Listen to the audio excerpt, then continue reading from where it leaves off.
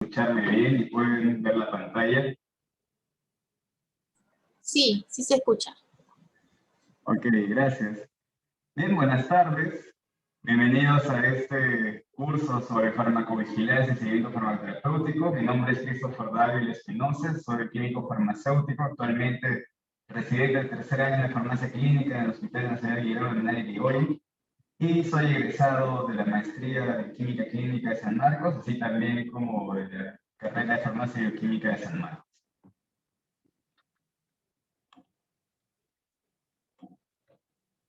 Bien, entonces hoy vamos a abarcar el tema referido a la seguridad de los medicamentos, ¿no? Nosotros como farmacéuticos, tal vez algunos estudiantes de farmacia, sabemos que los medicamentos tienen las propiedades terapéuticas, que son estrategias terapéuticas para poder diagnosticar, resolver, paliar, sanar alguna enfermedad. Pero, como toda sustancia química que es externa al organismo, además de ejercer este efecto benéfico para el cual están diseñadas, también probablemente ejerzan un efecto que no sea benéfico, un efecto perjudicial, que podría ser un simple dolor de cabeza, un ligero náuseas y vómitos, cositas que en algunos casos pueden ser tolerables, no son tan significativas, pero en otras personas, en otras circunstancias, puede llegar a ser mortal, ¿no?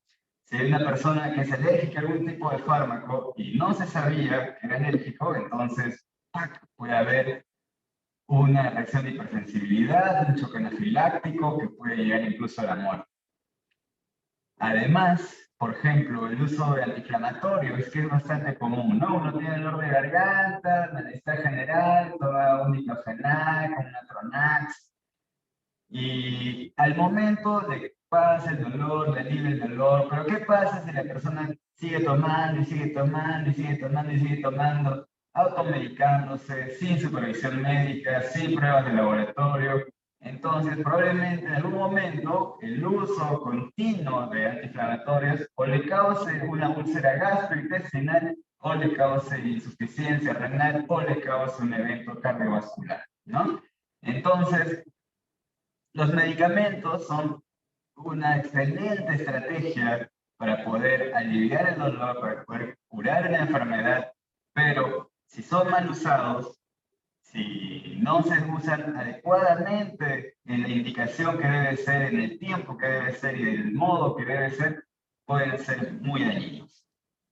Y sobre eso vamos a abarcar hoy cómo la farmacovigilancia y el seguimiento farmacoterapéutico nos van a ayudar como herramientas en la actividad farmacéutica para poder garantizar la seguridad de los medicamentos. Iniciaremos entonces con la farmacovigilancia. ¿Qué es la farmacovigilancia? El concepto de la Organización Mundial de la Salud desde el 2001 nos indica que la farmacovigilancia es la ciencia y actividades relacionadas a la detección, evaluación, comprensión y prevención de los efectos adversos de los medicamentos o cualquier otro problema relacionado a los medicamentos, ¿no? Entonces, no estamos hablando solamente que son actividades, sino que incluso la farmacovigilancia ya se considera una ciencia, ¿no? Antes del 2001, porque la farmacovigilancia viene desde los fines de los años 60, era considerada solamente como actividad, es una disciplina, pero actualmente se considera como una ciencia. Es decir, está sistematizada, tiene metodologías, tiene teorías, tiene conceptos, ¿no? Entonces, es un tema bastante amplio que se puede abordar de diferentes focos. No solamente los farmacéuticos participan en la farmacovigilancia, también los médicos, las enfermeras, los odontólogos, todos los profesionales de salud, y no solamente profesionales de salud, también participan comunicadores sociales, pueden participar también estadísticos, ¿no? Ingenieros informáticos, o sea, es una, incluso sociólogos, es una ciencia multidisciplinar. Bien, entonces se basa en la detección, hay que ver dónde están estos efectos adversos, nos va a dar herramientas para poder determinar cuándo sucede, qué personas pueden tener mayor riesgo, cuáles son esos efectos adversos a los que debemos de prestar atención. Evaluación, porque nos va a dar estrategias, nos va a dar scores, nos va a dar herramientas para poder determinar el grado de causalidad, el impacto que estas pueden causar. Comprensión tanto a nivel de la salud de la persona, ¿no? Para entender cuáles son los mecanismos, cuáles son los efectos de este evento adverso en una persona, pero no solamente se centra en la persona, sino también va más allá, hacia las poblaciones, ¿no? Entonces, hablar de farmacovigilancia también es hablar de epidemiología. Cuando hablamos de farmacoepidemiología, hablamos de farmacovigilancia. Entonces, vemos y trata de comprender cómo esos efectos adversos, por qué se dan en ciertos grupos poblacionales, en ciertos grupos de personas y por qué en otros no, ¿no? Y además, el propósito final de la farmacovigilancia es la prevención. Toda esta labor de detectar, evaluar, comprender, redunda finalmente en la prevención de estos efectos adversos. Porque a través de conocer cuáles son esos posibles efectos, entonces se puede tomar las estrategias, tanto a nivel médico, farmacéutico, de ejercicio asistencial, como también administrativo o incluso legal. Y entonces, la farmacovigilancia finalmente, el propósito final es la prevención de estos efectos adversos y por eso la farmacovigilancia aborda la gestión de la seguridad de los medicamentos. Entonces, ¿cuáles son esas actividades que hemos mencionado, ¿no? Porque hemos dicho que es la ciencia y las actividades. Bueno, ya hemos mencionado, es la detección, es poder ver cuándo ocurre una reacción adversa, notificar, porque uno puede ser testigo de una reacción adversa, ¿no? Desde nuestras farmacias a veces llegan personas que nos dicen, este medicamento me cayó mal, o aquel día el médico me recetó tal cosa y me cayó mal. Entonces, detectamos que hay reacciones adversas, ¿no? Durante la visita médica, cuando el farmacéutico está en el piso, también ahí conversando con los pacientes, o si no, en el mismo momento de la visita médica, el paciente indica, ¿no?, que ha tenido manifestaciones dérmicas, pruritos, náuseas, o que ha tenido cambios en la coloración de sus heces, de sus orinas, diferentes cosas que puedan pasar. Y ahí entonces el farmacéutico tiene que prender sus antenitas y pensar, ¿esta podría ser una reacción adversa? Ante la sospecha o seguridad de que es o probablemente es una reacción adversa, se tiene que notificar, ¿no? Porque no basta, bueno, ya, ok, existe una reacción adversa, ok, ya, bueno, pues no, ya le recomiendo, señor, que haga tal cosa, o bueno, doctor, hay que tratarlo así, así. Pero no solamente es detectarlo y actuar frente a ella, sino también notificarlo. Porque justamente para que todo este sistema de farmacovigilancia funcione, se tiene que contar con las notificaciones. Si no hay notificaciones, en todo este sistema que se va magnificando, que vamos a ver más adelante, la información no va a llegar hasta ellos, ¿no? Porque la información se queda con nosotros. Si yo veo que hay una reacción alérgica, no sé, un Steven Johnson por meloxicam, y no lo notifico, entonces nadie se va a enterar que en Lima, en el hospital de Menara, hubo esa reacción, ¿no? Y podría ser importante porque si todos los centros hospitalarios reportarían, si todas las ciudades del Perú reportarían, tal vez nos daríamos cuenta que los peruanos somos más susceptibles a presentar esa reacción adversa. Pero como nadie notifica, nadie se entera de nada. Entonces, por eso es importante notificar. Luego, no solamente basta de que, ya hay una reacción adversa, podría ser, pero qué tanto grado de casualidad hay, qué tanto grado de certeza realmente hay entre esa reacción adversa y este medicamento? Para eso se aplican las estrategias de evaluación de causalidad. Además, así como se evalúa la causalidad, también se evalúa el riesgo. ¿Qué tanto riesgo ¿A qué tanto riesgo está expuesto este paciente? También, como ya mencionamos, el propósito principal es la prevención y además, para poder lograr esa prevención, se tiene que generar nueva información. En base a todos esos reportes que hagan las personas, los profesionales de salud, la industria farmacéutica, en base a todos los reportes de las diferentes partes del mundo, se va a compilar toda esa información para poder generar una conclusión. Y esas conclusiones son las señales y las alertas. Las señales, cuando se ve que efectivamente hay un fármaco que está causando un efecto adverso directo sobre una población y se manifiesta de cierto modo. Entonces, esa es una señal. Y alertas es cuando potencialmente se ve una tendencia de que puede causar, entonces se genera una alerta, ¿no? Que oigan, tengan cuidado, esto podría pasar. Y lógicamente, como toda ciencia, la farmacovigilancia en sus actividades va a tener la capacitación y la investigación, ¿no? Porque son temas bastante amplios que inicialmente pueden parecer simples, como la notificación, pero cuando queremos llegar a estos puntos de la generación de señales, generación de alertas, la gestión de riesgos, ya se necesita mayor capacitación y se pueden generar varios proyectos de investigación en este campo, ¿no? Por ejemplo, yo para obtener el título de químico farmacéutico en el pregrado, realicé un estudio de farmacovigilancia. Junto con otro amigo, fuimos al servicio de farmacia clínica del Hospital de la Policía y durante gran parte del año 2013 estuvimos compilando aleatoriamente las terapias de los pacientes que estaban hospitalizados en todo el departamento de medicina. Entonces fuimos por diferentes servicios: neurología, neumología, cardiología, gastroenterología, nefrología, medicina interna, ¿no? Diferentes servicios recopilando información al azar para ver cuánto era la incidencia de reacciones adversas. Y nuestro estudio resultó que aproximadamente un 14-15% de pacientes hospitalizados presentaban reacciones adversas, ¿no? Entonces, se puede hacer estudios de investigación. Y cuando hablamos de farmacovigilancia, como mencionamos fármaco, entonces pensamos que es netamente sobre medicamentos. Pero no es así.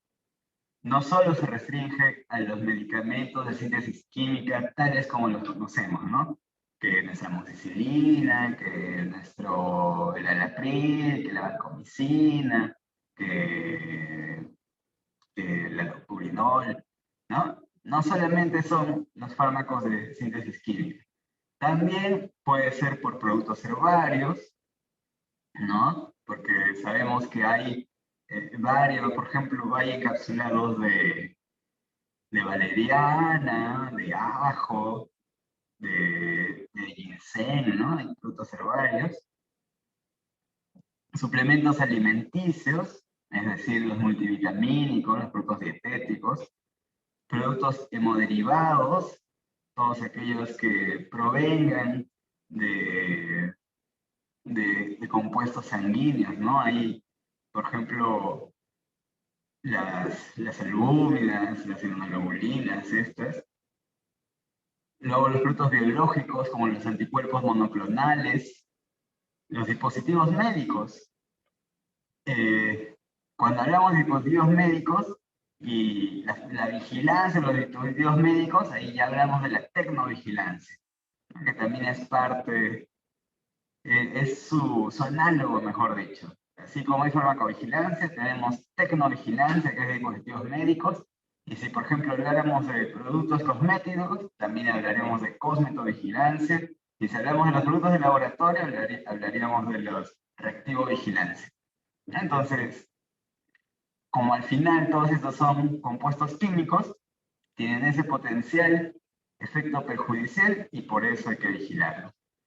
Y acá olvidaba mencionar en los productos biológicos, también están las vacunas, ¿no? Ahora con la vacuna del COVID, también los farmacéuticos, los médicos, las enfermeras hemos estado bastante metidos en la vigilancia de las vacunas.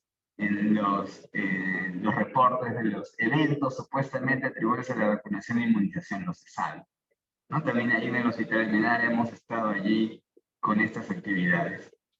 Y bueno, y como mencionamos, no solamente es los problemas de seguridad, sino son cualquier otro tipo de problema que pueda ocasionar el uso de los medicamentos, de las estrategias terapéuticas. Entonces también puede haber errores de medicación, es decir, errores de prescripción, de dispensación, de administración, o que el fármaco presente una falta de eficacia, una falta de calidad. Eso también lo puede ver la farmacovigilancia.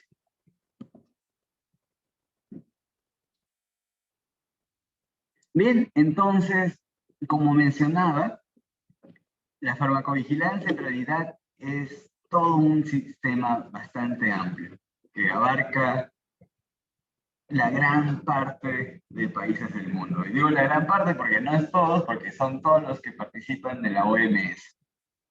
¿Ya? Entonces, como les mencioné antes, a fines de los 60, inició toda esta ola de la farmacovigilancia, que fue a razón del desastre, de la tragedia de la talidomida. La talidomida era un fármaco que se usaba para las náuseas, que las mujeres embarazadas lo tomaban porque les ayudaba a controlar las náuseas del embarazo. Y cuando los bebés nacieron sin brazos, sin piernas, ¿no? Como unas focas, por eso se llamaba focomedia. Y eso ocasionó que surja toda esta estrategia mundial de farmacovigilancia.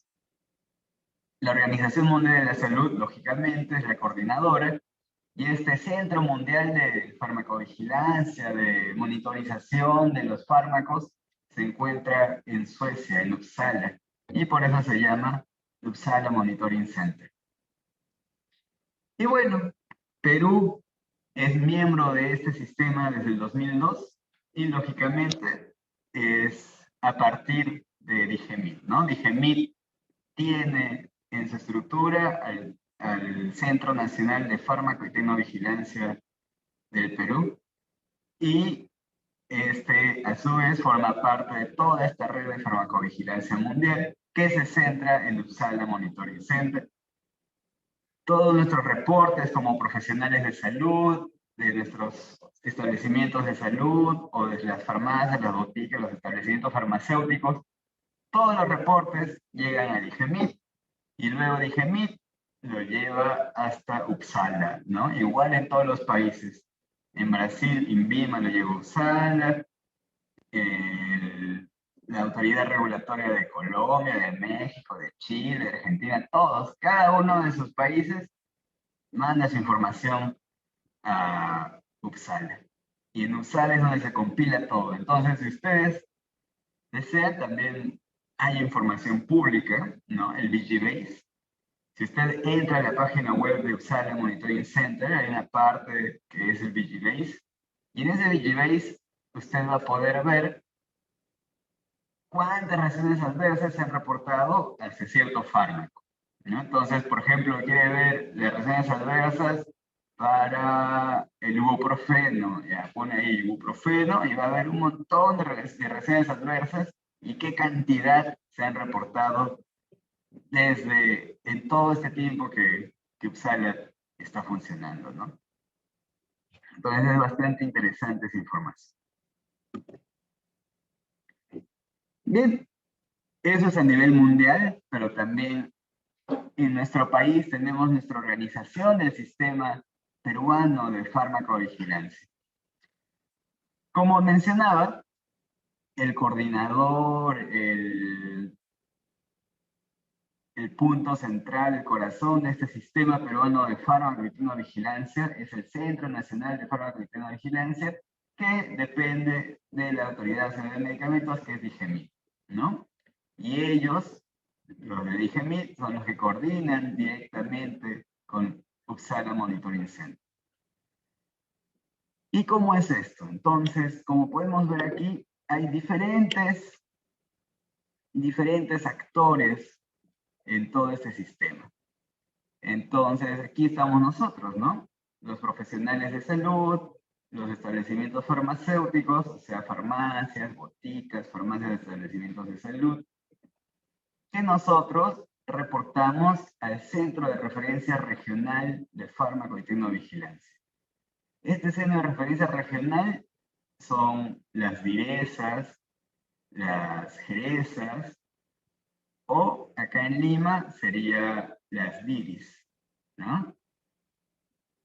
Si mi botica está en Santa Anita, reportaré a la DIRIS Este. Si mi botica está en San Juan de Miraflores, reportaré a la DIRIS Sur. Y así sucesivamente.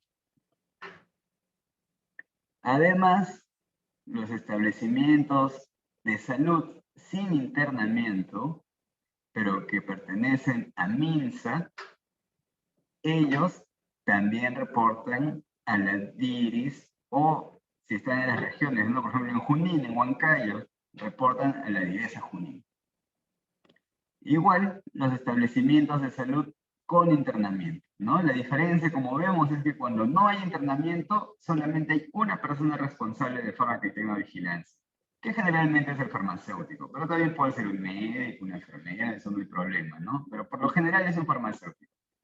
Por ejemplo, cuando yo trabajaba en una clínica, como no era con internamiento, era una clínica especializada en oftalmología, en atención ambulatoria, nada más, entonces solamente necesitábamos un responsable de farmacovigilancia y yo era el responsable de farmacovigilancia y todos los meses mandaba mi reporte a Dirisur porque estaba en San Borja, entonces nos tocaba Dirisur.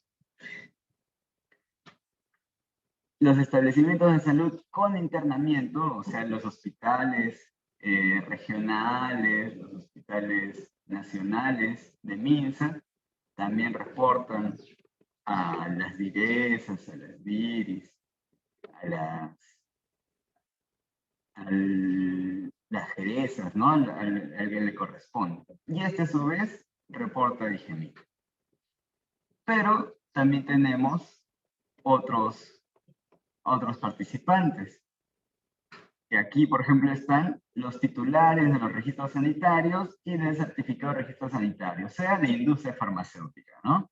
Sean laboratorios nacionales, transnacionales, droguerías, todos aquellos que tengan la titularidad del registro sanitario, ¿no? Los que hicieron su trámite ante DIGEMIT y son dueños del producto, ya, ellos son los responsables de la vigilancia de esos productos y de la información de esos productos, de esa vigilancia, de esos problemas o gestión de seguridad, informarlo directamente a DIGEMIT.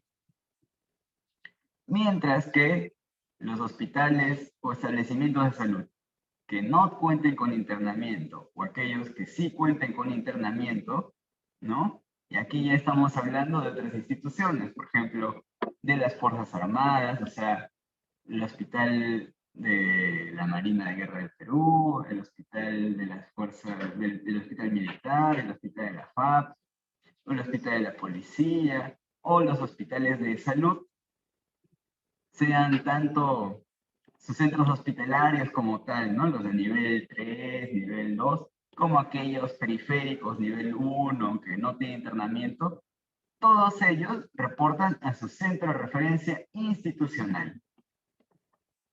Por ejemplo, nosotros en el salud, nuestro centro de referencia institucional se llama IETSI, es el Instituto de Evaluación y Tecnología, de Tecnologías Sanitarias e Investigación, ¿no? Entonces, este IETSI reporta a DIGEMIT. Igual, la Sanidad Naval tendrá su centro de referencia institucional y reportará a DIGEMIT. La policía tiene su sanidad naval, su sanidad policial, ellos reportan a DIGEMIT, ¿no? Y en cuanto a los establecimientos, también, igual que en los privados o los MINSA, si no hay internamiento, solo es un responsable, pero si hay camas de hospitalización es un comité. En Almenara, que somos un hospital 3E, tenemos aproximadamente 1000 camas de hospitalización, entonces tenemos un comité de fármaco y tecnovigilancia, cuya presidenta es una médico, y son 5 o 6 miembros, si no me equivoco, 2 de ellos son farmacéuticos. Entonces, este comité, que sí en la ley estipula que debe estar conformado también por farmacéuticos, ¿no? Y bueno, entonces, estas actividades de farmacovigilancia se desarrollan dentro de un marco legal, partiendo de la Ley General, la 26842, la Ley de Productos Farmacéuticos, Dispositivos Médicos y Productos Sanitarios, la 29459, y luego también a lo largo del tiempo fueron saliendo ciertas normativas que han fortalecido el sistema peruano de fármaco y tecnovigilancia, ¿no? El último de ellos fue el año 2016, donde se aprobó una norma técnica donde se regulan las actividades de fármaco y tecnovigilancia, y sobre todo se da mayor enfoque al rol de la industria farmacéutica, ¿no? A nivel hospitalario, a nivel comunitario, a nivel asistencial, todavía estamos con lo mismo de los años 90, ¿no? Se han mejorado algunos procesos, algunas evaluaciones, pero mayor fuerza le han dado al desarrollo de la farmacovigilancia en la industria farmacéutica, porque justamente son ellos los principales responsables de sus productos, ¿no? En cambio, nosotros como asistenciales vemos en general todos los medicamentos en todos los pacientes. En cambio, ellos, como son propietarios, dueños de un medicamento, tienen que hacerse responsables de sus medicamentos. Por eso es que se les exige más, y además que ahí es donde se comercializan nuevos fármacos, ¿no? Entonces, lógicamente, hacer nuevos fármacos, ellos tienen que asumir la responsabilidad de ejecutar y garantizar la seguridad de esos medicamentos.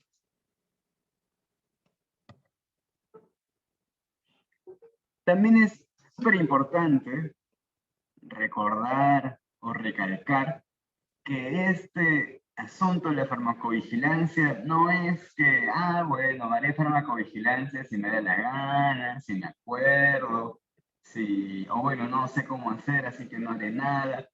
No, sino que es obligación. Es obligación, y no solamente de los propietarios, como ya hemos hablado, ¿no? Que los propietarios de los registros sanitarios están obligados a reportar y hacer vigilancia a sus medicamentos. Eso sí, de hechazo, ¿no?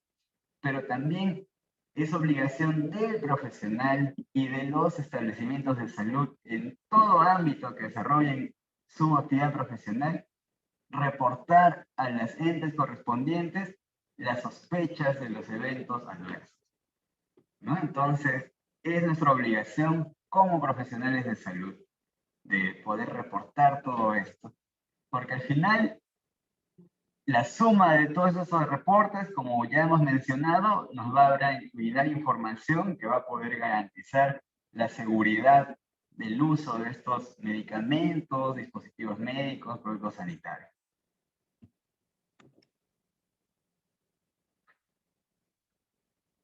Ahora, ¿cuáles son estos métodos de farmacovigilancia? ¿No? Porque se puede hacer farmacovigilancia de diferentes maneras. Básicamente se divide en dos. La farmacovigilancia activa y la farmacovigilancia pasiva. La más conocida, la común, la que todos hacemos, es la farmacovigilancia pasiva, que básicamente es la notificación espontánea. Es decir, que cuando alguien nos avisa que hubo una reacción adversa, entonces, ya, me han avisado, entonces lo redacto y lo presento. Ya está, esa es la notificación espontánea, ¿no? Eso generalmente pasa en los hospitales. Los médicos llegan a la farmacia o las enfermeras llegan a la farmacia diciendo: doctor farmacéutico, este producto le ha caído mal a tal paciente, a ver si lo revisa, no sé. Y ya, pues, ¿no? Entonces uno ya toma conocimiento, tiene que ir a buscar el caso, registrarlo y presentarlo. No es que nosotros, desde nuestra voluntad, de nuestro propio conocer o deseo, hemos planificado buscar ese resultado de reacción adversa, ¿no?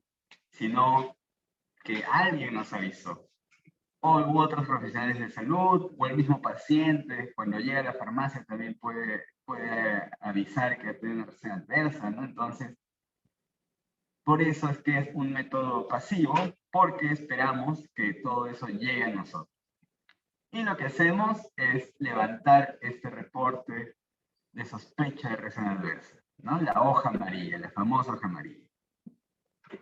Por otro lado, tenemos la farmacovigilancia activa. Y en esta farmacovigilancia activa, básicamente, se hace dos cosas. Estudios epidemiológicos o, si no, informes periódicos de seguridad. Cuando hablamos de informes periódicos de seguridad, esto por lo general es lo que la industria farmacéutica debe hacer, ¿no? Las droguerías, los laboratorios nacionales, transnacionales, su deber en cuanto a la farmacovigilancia es la elaboración de informes periódicos de seguridad. Y se pueden enfocar o bien en un medicamento en particular o si no en un grupo de pacientes en particular, ¿no? Ellos ya pueden planificar su metodología de la manera que deseen y tienen que presentar estos informes periódicos de seguridad al menos una vez al año, ¿no?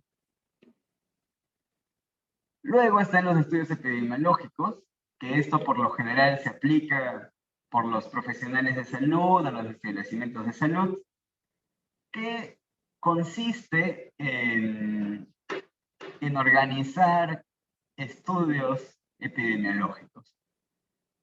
De preferencia estudios de cohortes, casos y controles, pero también pueden ser estudios observacionales, ¿no? Por ejemplo, les comenté que un amigo y yo hicimos la tesis en el Hospital de la Policía y que planteamos un estudio observacional, descriptivo, prospectivo, y que aleatorizamos la muestra y que esquematizamos cómo iba a ser nuestra recolección de datos y todo ello, ¿no? Y que hicimos todo aleatorio.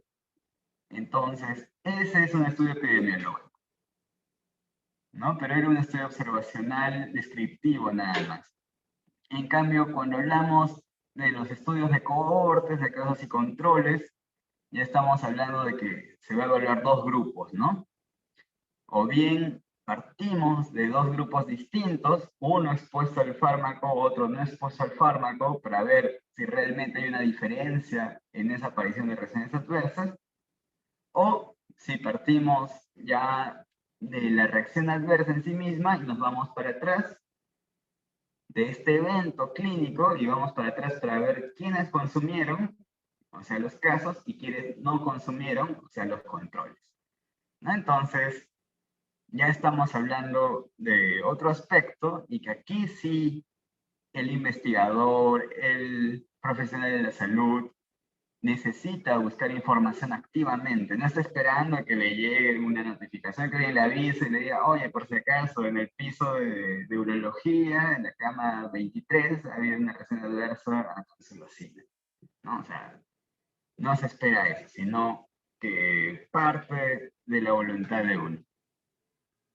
Y hay otras estrategias que actualmente con los análisis de datos, ¿no? Los megadatos que se manejan a nivel informático, en base a toda esta información que se ha recolectado de la notificación espontánea, como está ya en bases de datos, entonces en esas bases de datos se puede hacer análisis estadísticos, relacionales, correlacionales.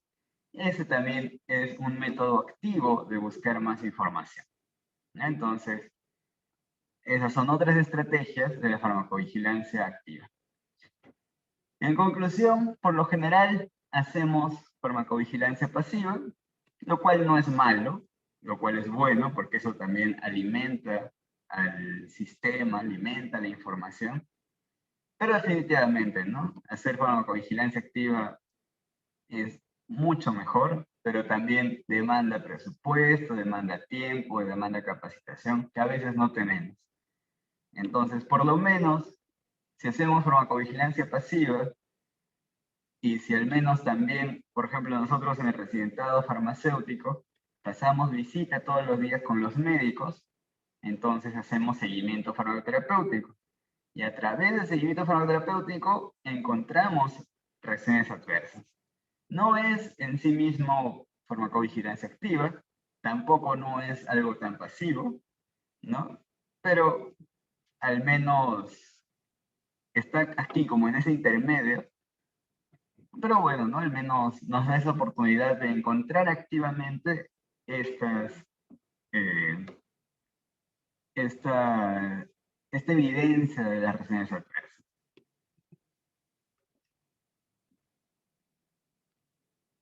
Bueno, siguiendo con la notificación espontánea, tenemos que entender que es la comunicación de las sospechas de reacciones adversas a una unidad de farmacovigilancia, ¿no? Entonces, yo me entero de que hay una reacción adversa y estoy en mi hospital, le aviso al comité de farmacovigilancia. Y si solamente es un centro de salud, le aviso al responsable de farmacovigilancia. Y si es una botica o una farmacia, le aviso a la DINIS. Ya está. Y por lo menos, ¿qué información debe contarse en esta notificación espontánea? Debe estar el nombre del notificador, o sea, mi nombre como profesional de la salud. Del paciente bastan las iniciales, no necesariamente el nombre completo, pero sí su edad, sexo. ¿A qué medicamento le estamos atribuyendo la reacción adversa? ¿Y cuál es esa reacción adversa? ¿No? O sea, tengo que describir el evento y el fármaco sospechoso. Y lógicamente la fecha, en qué momento sucedió. El problema de la notificación espontánea es que si bien a veces nos esforzamos y tratamos de notificar más y de a veces buscar más, como les comento, ¿no? A través del seguimiento farmacoterapéutico, sin embargo, todo lo que llegamos a notificar es como la punta del iceberg. Esas son las reacciones adversas notificadas, pero ¿cuántas más habrán las que se sospecharon y no se notificaron? ¿No? O sea, que los médicos, los enfermeros, los farmacéuticos dicen, pero ya sabemos que el enalapril le causa tos, ya, pues ya fue, ¿no? Ya no hay que cambiarle de medicamento, nomás ya está. Y no lo notifican, y ya fue. ¿Y cuántas otras reacciones más ni siquiera se les atribuye a los medicamentos, no? Por ejemplo, si un paciente tiene una insuficiencia renal aguda por vancomicina, pero dicen, no, que es la progresión de la enfermedad, que está hecho séptico, no sé qué. Que puede ser también, ¿no? Puede ser, pero también podría ser que la banco le empujó hacia la insuficiencia renal aguda. Entonces, ese también es otro asunto con la notificación espontánea. Y bueno, ¿no? Respecto a años anteriores, en Perú ha aumentado la notificación espontánea. De los inicios de los años 90 no había ni 100, ni 100 al año, creo, y ahora ya sí son como miles al año. Pero de todas maneras, falta mucho por hacer, ¿no? Entonces, es importante también que si nos dedicamos al ámbito asistencial, a las farmacias, a las boticas, a las farmacias de los establecimientos de salud, también tengamos en cuenta que esta labor de farmacovigilancia es bastante importante, no solamente como nuestra profesión ligada a los fármacos, los medicamentos como farmacéuticos, sino en general por la salud pública. Bien, entonces acá tenemos esas fichas, esos formatos, donde se registran estas sospechas de reacciones adversas a medicamentos, ¿no? Entonces, por ejemplo, es el formato del MINSA.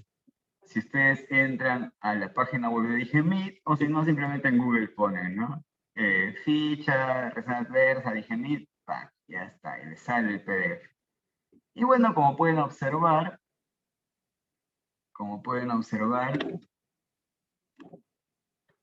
aquí les solicita las iniciales, la edad, el sexo, el peso, la historia clínica o el DNI, qué establecimiento, en dónde está hospitalizado o o desde qué farmacia nos está usted notificando, o desde qué establecimiento de salud está notificando, cuál es el diagnóstico del paciente y qué es lo que está notificando. Una reacción adversa, un error de medicación, un problema de calidad o algún otro problema de seguridad, no sé, pues, ¿no?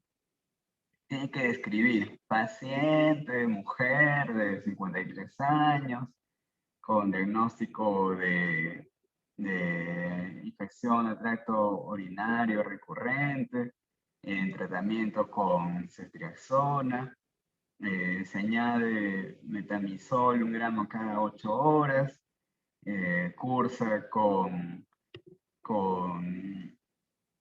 con melena, ¿no? Con heces eh,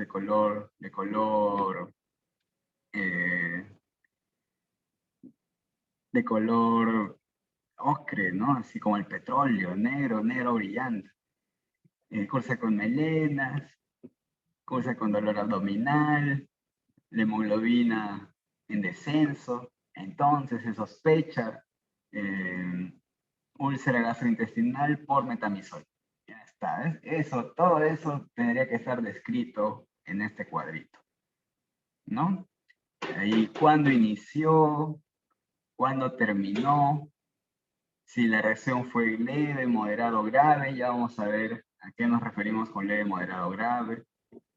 Si hay pruebas de laboratorio que nos ayuden a poder establecer esta relación, si hay otros datos como como enfermedades preexistentes o diagnósticos concomitantes, alergias, consumo de alcohol, de tabaco, disfunción renal hepática, ¿no? Que son factores que puedan condicionar a esta reacción adversa. Aquí colocaríamos el metamizol. Metamizol puede colocar el laboratorio el lote si es que tiene ahí, ¿no? Pero si no lo tiene tampoco no es obligatorio. Recuerden que solo lo que tiene aquí asterisco ese es obligatorio, ¿ya? Pero lo que no tiene asterisco no es obligatorio. Pero bueno, ya metamizol, 1 gramo cada 8, viendo venosa. ¿Cuándo inició el uso? ¿Cuándo lo finalizó? ¿Por qué motivo lo utilizó? Y nos hacen algunas preguntas para determinar si hubo o no suspensión del medicamento, si hubo reexposición del medicamento, si hubo una respuesta previa anterior similar a ella, si hubo tratamiento para la reacción adversa y cuál fue, o si es un problema de calidad, especificar el registro sanitario, la fecha de vencimiento, y también qué otros medicamentos el paciente está tomando en ese momento, ¿no? En ese momento de la reacción adversa, tal vez, como les mencioné, ¿no? Este paciente estaba con metamizol, pero también con ceftriaxona. Entonces aquí ponemos tratamiento concomitante, ceftriaxona. Y bueno, los datos del notificador, ¿no? Ahí su nombre, Christopher Dávila Espinosa, el correo, la profesión químico-farmacéutico, la fecha de notificación, y ahí ya lo firma, ¿no? Lo sella y lo firma. Y ya, y con eso completa su notificación y la envía a quien corresponde. Al responsable de farmacovigilancia, comité de farmacovigilancia, o a la DIRIS, o a la DIRESA, según corresponda al lugar donde labore. En esta otra ficha es muy similar, sino que esta, como les mencioné, es de IETSI, ¿no? Acá es de fondo, ven, que está el logo de salud. Este es el formato que nosotros utilizamos, porque nosotros, todas las reacciones adversas que encontremos en nuestra institución, primero, como somos un hospital, lo derivamos a nuestro comité de farmacovigilance y ellos después lo derivan al Centro de Referencia Institucional de Farmacovigilancia y Tecnovigilancia, que es el IETSI. Es técnicamente lo mismo, ¿no? Igualito, pueden ver igualito, igualito, igualito, solo que tiene acá el logo y que por acá le borraron esta partecita porque eso es solamente para reacciones adversas, no es para errores de medicación, problemas de calidad. Y además, no es el único formato para la notificación, ese es el formato general, estándar, para todo tipo de medicamentos. Pero, como podemos ver aquí, también hay un formato especial para los fármacos antituberculosos, ¿no? Ahí, por ejemplo, podemos observar que nos da la opción de poder ver cuál es el uso de la isoniazida, rifampicina, piracinamida, tambutol, canamicina, micancina, levofloxacina, tenamida, cicloserina, amoxiclá, y también cuáles son los hallazgos, ¿no? Cuáles son las enfermedades concomitantes, cómo es que se manejó la RAM, y aquí también de qué tipo, especificar qué tipo, si es una RAM gástrica, dérmica, hepática, neurológica, autotóxica, diarreica, endocrinológica, ¿no? Entonces, está netamente centralizado solamente en los fármacos antituberculosos. Luego vemos que hay otro similar que es solamente para los fármacos antirretrovirales, que como vemos, básicamente es lo mismo, ¿no? Lo mismo, igualito. Solo que acá arriba nos cambia el nombre que es antirretrovirales, y si tenemos pacientes que viven con VIH y que presentan alguna reacción adversa, en este formatito se tiene que presentar. Y aquí podemos ver, por ejemplo, bueno, todo eso es lo que hemos visto de los medicamentos, de los fármacos antituberculosos, de las antirretrovirales. Eso es para los profesionales de salud. Pero si hay personas que laboran en la industria farmacéutica, en los laboratorios, en las droguerías, entonces ellos tienen que reportar en este formato que es para los titulares de registro sanitario. Aquí ya cada empresa va a tener su número de notificación y también un número de notificación específico en el Centro Nacional de Farmacovigilancia, un código de identificación del paciente, igual describen el caso, ¿no? Pero además, el dato notificador podemos ver que aquí es más amplio, ¿no? Porque también tienen que ver allí la validación de su responsable de fármaco y tecnovigilancia y todo ese asunto. Entonces, varía un poquito en esas especificaciones, algo más técnicas e información propia del laboratorio de droguería, pero en general el cuerpo es básicamente lo mismo, ¿no? De lo que hemos visto en el primer caso. Entonces, para poder establecer y quedar claros en esta primera parte de la farmacovigilancia, hay que tener en cuenta que los establecimientos de salud, de e-salud, la policía y las Fuerzas Armadas van a reportar a su centro de referencia institucional y este a su vez a DIGEMIT. Mientras que los establecimientos de salud de MINSA y privados, así como los establecimientos farmacéuticos, o sea, las farmacias, las boticas, reportan al centro de referencia regional, que son las DIR, las DIRESA, las CRESAS, y esto a su vez a DIGEMIT. Y por otro lado, los laboratorios y las droguerías reportan también directamente a DIGEMIT. DIGEMIT valida todo ello y luego envía la información a UPSALA. Como parte del recitado farmacéutico, nosotros también tenemos una rotación en el sistema peruano de fármaco y tecnovigilancia. Entonces, un mes estamos allí, y el tiempo que estoy allí, efectivamente, me dijeron, bueno, Christopher, valida los reportes de las regiones. Y ahí estoy validando de las regiones del norte, del centro, del sur. Luego me dijeron, ahora valida los reportes de la industria y estuve ahí validando los reportes de Glaxo, de Roche, de Abbott. Y bueno, no llegué a validar los institucionales, es decir, no llegué a hacerlos, pero sí avancé un poquito con los laboratorios y con los de las regiones. Y de los laboratorios, interesante porque ellos notifican en inglés, ¿no? Sobre todo, lógicamente, las transnacionales. Las transnacionales notifican en inglés. Y bueno, menos mal que ya había estudiado inglés por ese entonces, así que pude hacerlo fluidamente.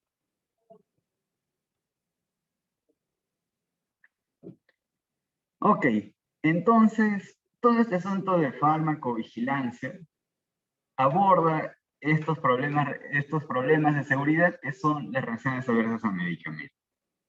Que hemos estado hablando de ellas, pero ahora vamos a entrar a detalle qué son las reacciones adversas a medicamentos.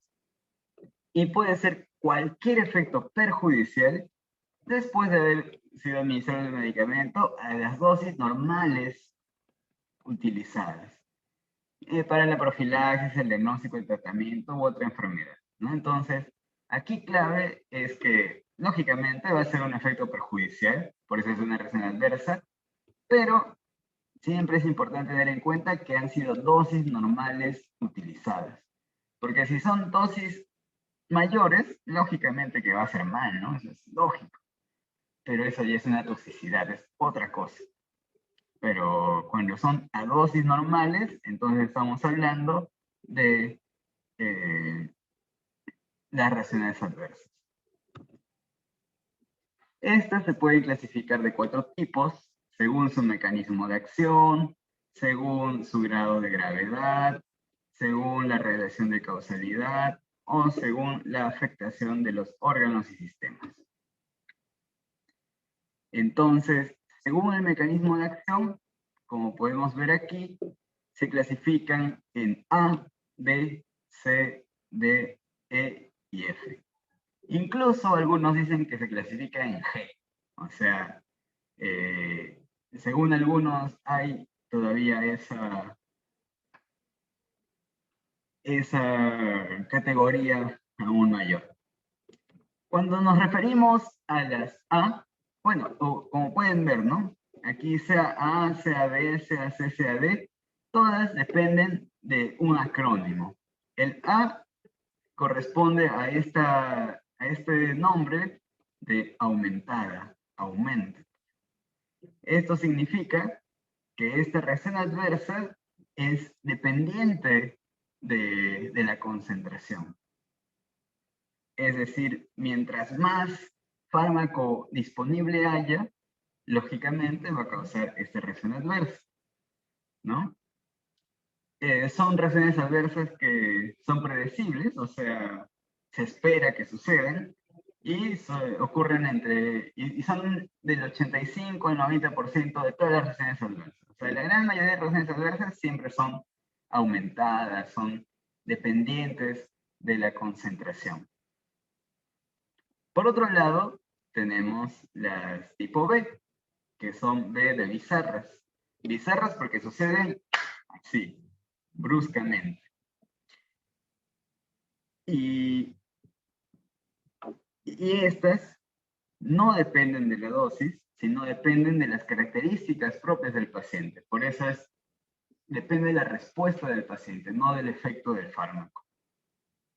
Estas son en menor porcentaje, representan entre el 10 al 15% de los casos y pueden tener dos mecanismos, tanto inmunológico y no inmunológico. Cuando hablamos de las inmunológicas, nos referimos a síndromes autoinmunes, y cuando hablamos de las no inmunológicas, nos referimos a intolerancias a efectos enzimáticos. Por ejemplo, habíamos mencionado que la persona que al inicio mencionamos, ¿no? Que una persona que toma antiinflamatorios por mucho tiempo desarrolla insuficiencia renal aguda. Entonces, supongamos que hay un señor de 60 años que todos los días toma naproxeno porque tiene artritis o artrosis y le duele las articulaciones, entonces todos los días toman naproxeno, naproxeno, 2 veces al día, ya.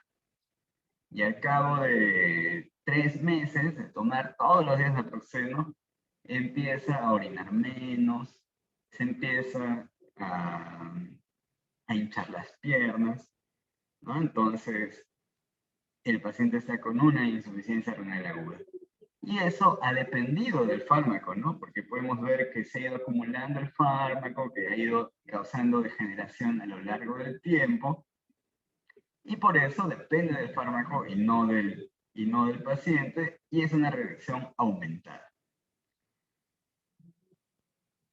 Por otro lado, cuando hablamos del B, estamos hablando por lo general de reacciones de hipersensibilidad, ¿no?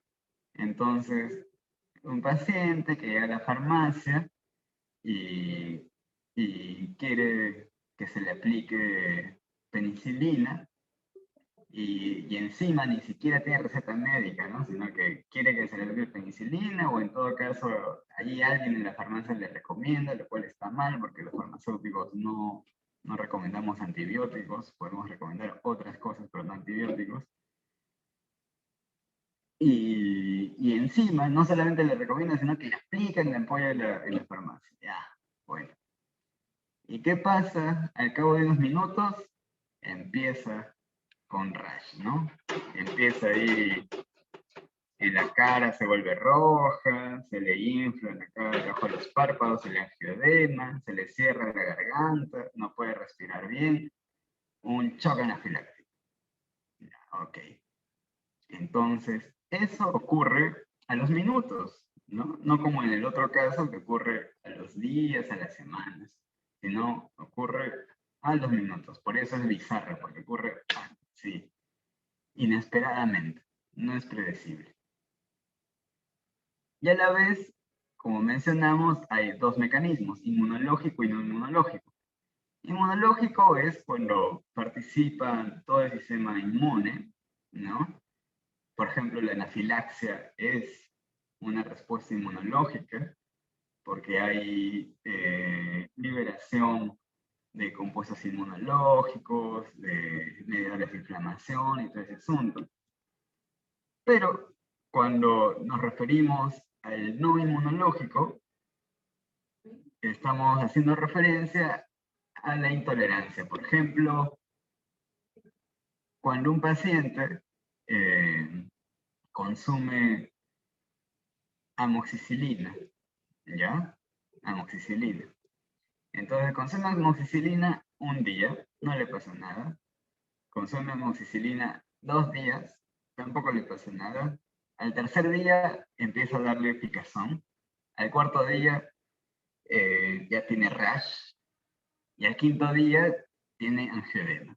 Ya, ok, entonces vamos viendo que también es una respuesta similar a la respuesta anafiláctica, ¿no? Es una respuesta de hipersensibilidad, pero estamos viendo que ocurre progresivamente, que si le hubieran dado una dosis no pasaba nada, pero como le dieron más dosis y más dosis, entonces este cuadro fue agravándose. Y por eso es una intolerancia. La diferencia entre la reacción inmunitaria y no inmunitaria es que con una pequeña dosis haces la reacción y con una gran dosis haces la reacción. En cambio, en la intolerancia, con una pequeña dosis no pasa nada, pero con una mayor dosis haces la reacción. ¿Ya? Esa es la diferencia. Algunos consideran que las reacciones adversas solo se clasifican en estas dos, en el A y el B, y suficiente. Pero hay otras categorías, otros autores que indican el C, el D, el E y el F. En el C nos referimos al crónico, que son de tratamientos continuos, o sea, más de 3 meses, ¿no? Por ejemplo, con glucocorticoides, más de 3 meses, que da, ahí inicialmente da aumento de la glucosa, alteración del perfil lipídico, ¿no? Aumento de peso, pero ya a los meses, a los años, desmineralización ósea, retardo en el crecimiento, osteoporosis, síndrome de Cushing, ¿no? El D es el retrasado, delay, que causa efectos teratógenos y carcinógenos, como habíamos mencionado, la talidomida, ¿no? Que las embarazadas tomaban y luego el bebito ahí aparecía sin brazos, sin piernas. El E, que es al fin del uso, el end of use o end of treatment, es cuando se retira el fármaco y sucede la reacción adversa. Generalmente estas son con aquellos fármacos que causan farmacodependencia, ¿no? Entonces, el síndrome de abstinencia, cuando les retiran la morfina, les retiran la petidina, ¿no? Tiene este síndrome de abstinencia. Pero también, por ejemplo, justo esta semana ahí en el hospital hemos estado viendo un paciente que estoy rotando en la sala de hematología. Entonces es un paciente con leucemia que ha pasado por una terapia agresiva, que está con neutropenia, ¿no? Para poder aniquilar todas las células leucocitarias malas y vuelvan a crecer nuevas células buenas. ¿Ya? Entonces, este paciente está con la neutropenia severa, propenso a infecciones, entonces está cursando con una infección dérmica y se le administró vancomicina.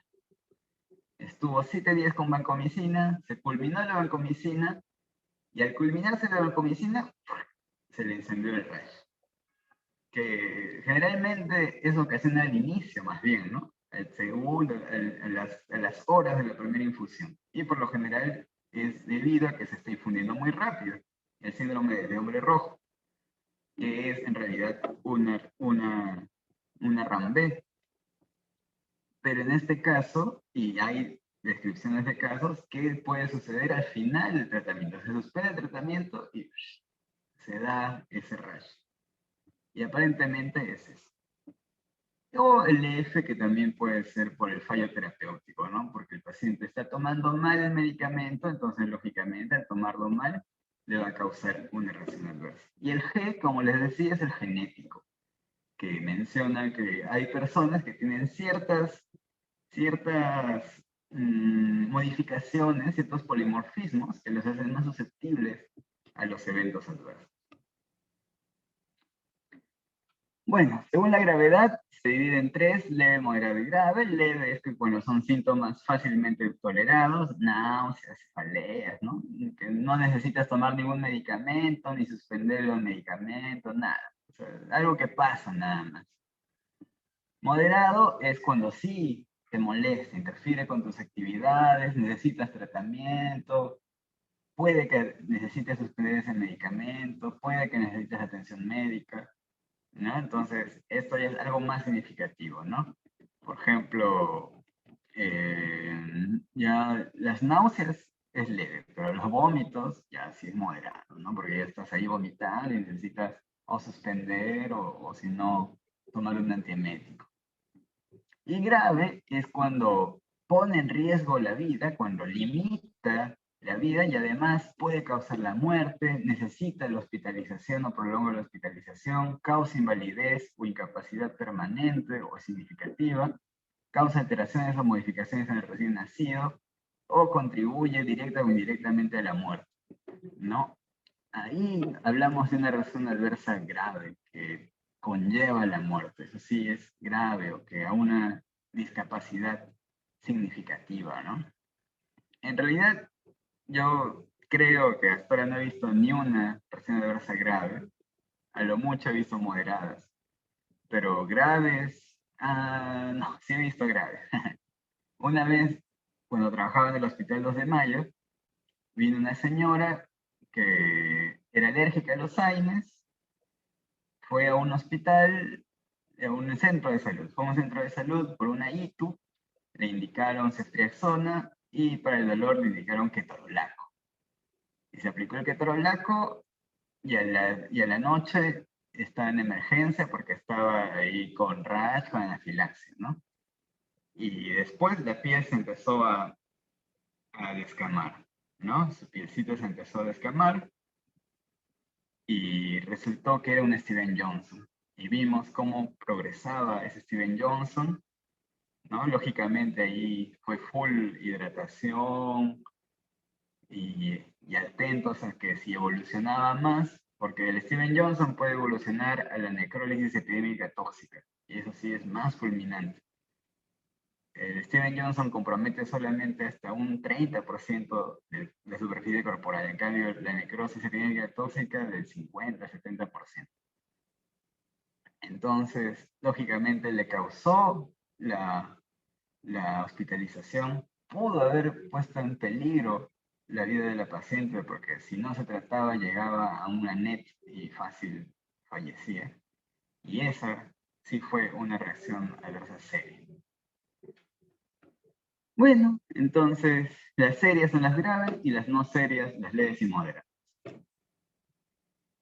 Cuando hablamos sobre la causalidad, también están las definitivas, las probables, las posibles, las improbables. Esto es en función a la evaluación de causalidad. Acá, Digemit y Jetsi nos proponen el algoritmo de Karch y Lasagne, ¿no? Que tiene 7 puntos. Se evalúa la secuencia temporal, o sea, después de cuánto tiempo, o sea, primero se supone, ¿no? Que primero debe haber sido consumido el fármaco y después recién el efecto adverso. Conocimiento previo, cuánto se sabe de la causalidad de que ese fármaco ocasiona esa reacción adversa. Efecto de retiro del fármaco, si se suspende, mejora, no mejora, ¿qué pasó? Si se reexpone, vuelve a aparecer la RAM o no vuelve a aparecer la RAM. Causas alternativas, ¿qué otras causas que no sean el medicamento también pueden causar ese problema de salud? Factores contribuyentes, ¿qué otros factores propios del paciente contribuyen, ayudan a que se proponga, a que se pueda ocasionar esa reacción adversa, que sean propias del paciente o en general en la farmacoterapia, ¿no? Por ejemplo, alguna interacción medicamentosa que potencie el efecto de un fármaco y que ocasione esa reacción adversa. Y exploraciones complementarias son pruebas de laboratorio, pruebas radiográficas, biopsias, que demuestren efectivamente que esa lesión, que ese mal estado de salud se relaciona por el consumo de un fármaco.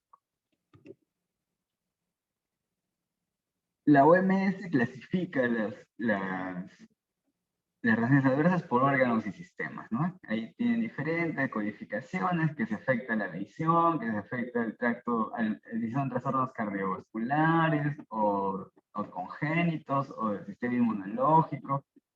Y hay todo un esquema que esta manera de reportar generalmente se hace en Digemit, ¿no? En Digemit, cuando validamos los reportes, teníamos que verificar esto. ¿Cuál es el término alto, el término preferido, el término incluido? Por ejemplo, ¿no? Si hablamos de una erupción cutánea, ¿a qué nos referimos? A una erupción macropapular y específicamente una erupción macular, ¿no? Este sería el término preferido, erupción maculopapular, para no ser ni tan específicos ni tan generales. Muy bien, entonces, ahora, en los minutos que nos quedan, hablaremos del seguimiento farmacoterapéutico. Pero a ver, quiero darles oportunidad a los participantes que están presentes, a Dilma, Janet, Tatiana, de esta primera sección de farmacovigilancia. ¿Tienen alguna pregunta? ¿O pasamos al seguimiento farmacoterapéutico?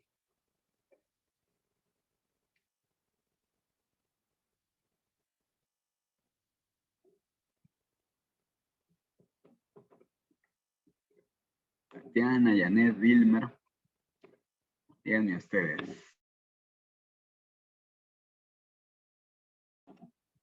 ¿Tienen alguna pregunta?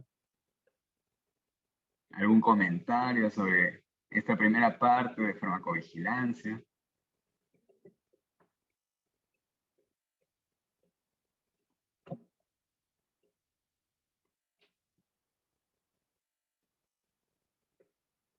Bueno, aparentemente no. Ok, seguiremos entonces con seguimiento farmacoterapéutico durante los minutos que nos queden.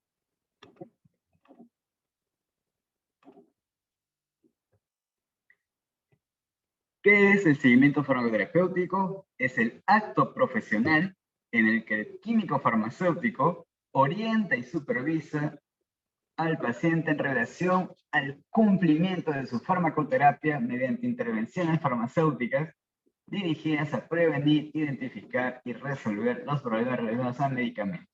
Esta es definición del MINSA en el 2011, que está detallada en el decreto supremo en la 016.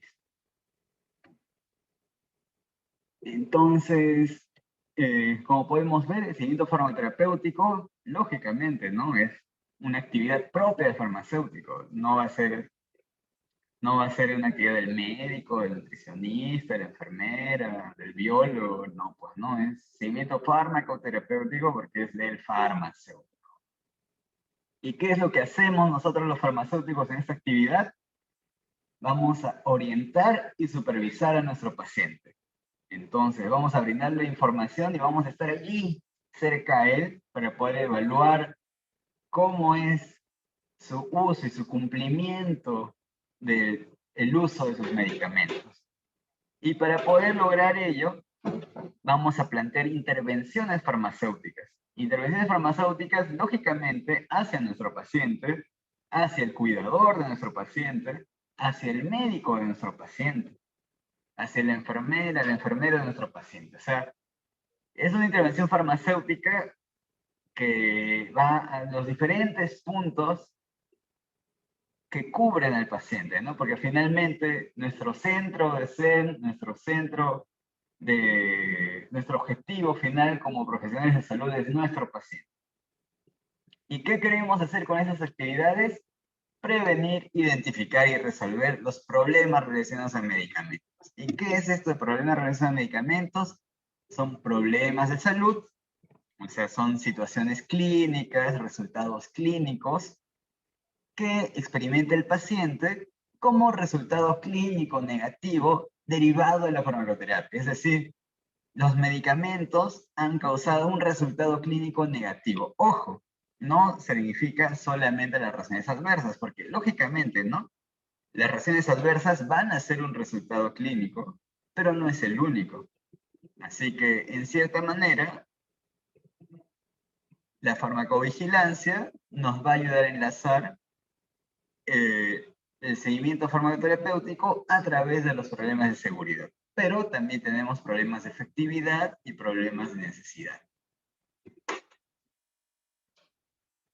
Además, estos problemas, estos resultados clínicos negativos pueden ser reales o potenciales y no consiguen lograr el objetivo terapéutico o no consigue que genere el efecto deseado.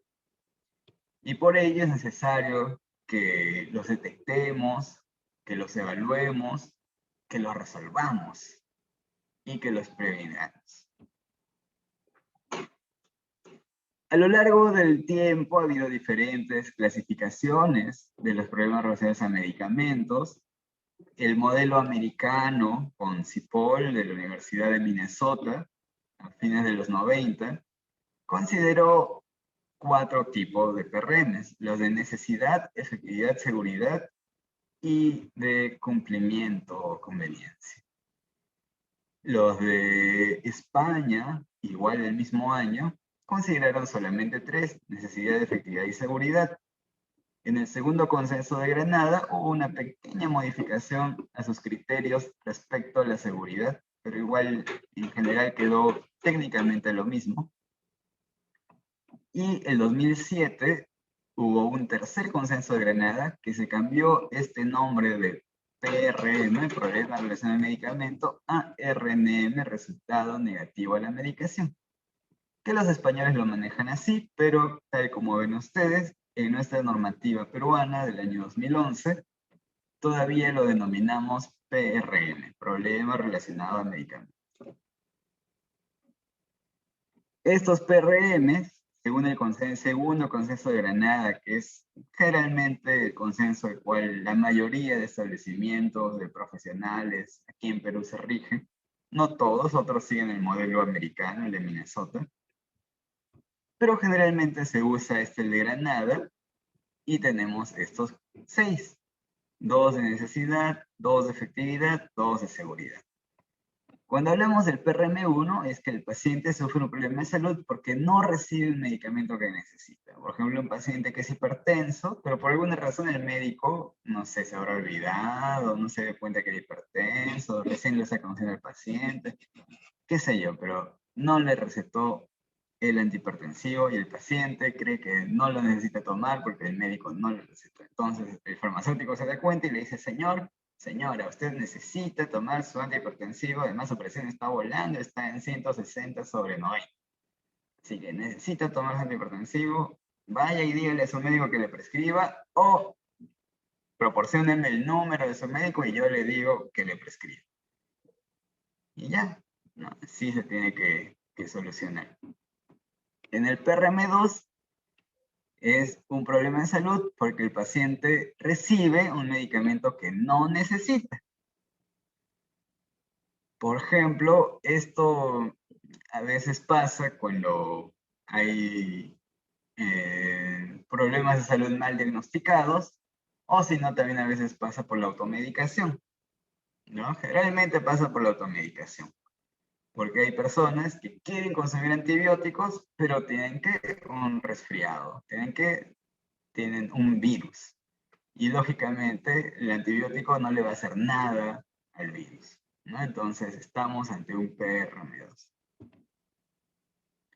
Cuando hablamos de problemas de efectividad, hablamos de que esta inefectividad puede ser no cuantitativa, o sea, no depende de la dosis, es decir, que depende del fármaco, ¿no? O sea, volvamos al hipertenso. El hipertenso está tomando enalapril 10 miligramos cada 24 horas y no consigue controlar su presión. Entonces, lo que debemos de sugerirle al médico es que le aumente la dosis de enalapril a 10 miligramos cada 12 horas. Eso es el cuantitativo. Me estoy confundiendo, disculpen. Entonces, a ver, nuevamente el ejemplo. Volvamos al paciente hipertenso. Paciente hipertenso no consigue controlar su presión arterial porque está tomando solamente enalapril 10 miligramos al día. Ya, entonces mi intervención sería, doctor, auméntele 10 miligramos 2 veces al día. O sea, auméntele la dosis, auméntele la cantidad. Ese sería un PRM4, ¿no? Porque la inefectividad depende de la cantidad. Pero supongamos que ya, ahora sí está con 10 miligramos cada 12 horas y nada, no controla su presión. Entonces, ¿cuál sería mi intervención? Sería, doctor, cámbiale el losartán o auméntele amlodipino o auméntele hidroclorotiazida, ¿no? Entonces, ya no estamos hablando de cambiar la dosis, porque ya está en su dosis ideal. Por ende, ya no depende de la cantidad, ¿no? Ese sería un PRM3, cuando la inefectividad no depende de la cantidad, y el PRM4 es cuando la inefectividad depende de la cantidad. Similar pasa con los problemas de seguridad, cuando el PRM5 es que ese problema de inseguridad, que puede ser una reacción adversa o un problema de toxicidad, no depende de la cantidad, y el PRM6 es cuando sí depende de la cantidad. Por ejemplo, como hablábamos, ¿no? Las reacciones de hipersensibilidad no dependen de la cantidad. Si le da un choque anafiláctico con 1 miligramo, con 10 miligramos de penicilina, le va a dar con 100, le va a dar con 1000, le va a dar con 1.000.000. ¿No? O sea, da lo mismo. No depende de la cantidad, entonces sería un 5. Pero cuando hablamos de estas otras reacciones, lo que dijimos, las úlceras gástricas por AINES, eso sí depende de la cantidad, pues, ¿no? Entonces sería un PRM6. Entonces, ante estos tipos de PRMs, que como ven se puede plantear alguna solución, estas soluciones que se plantean son las intervenciones farmacéuticas. Y estas son útiles para optimizar la farmacoterapia, reducir la morbimortalidad, mejorar la calidad de vida relacionada a la salud.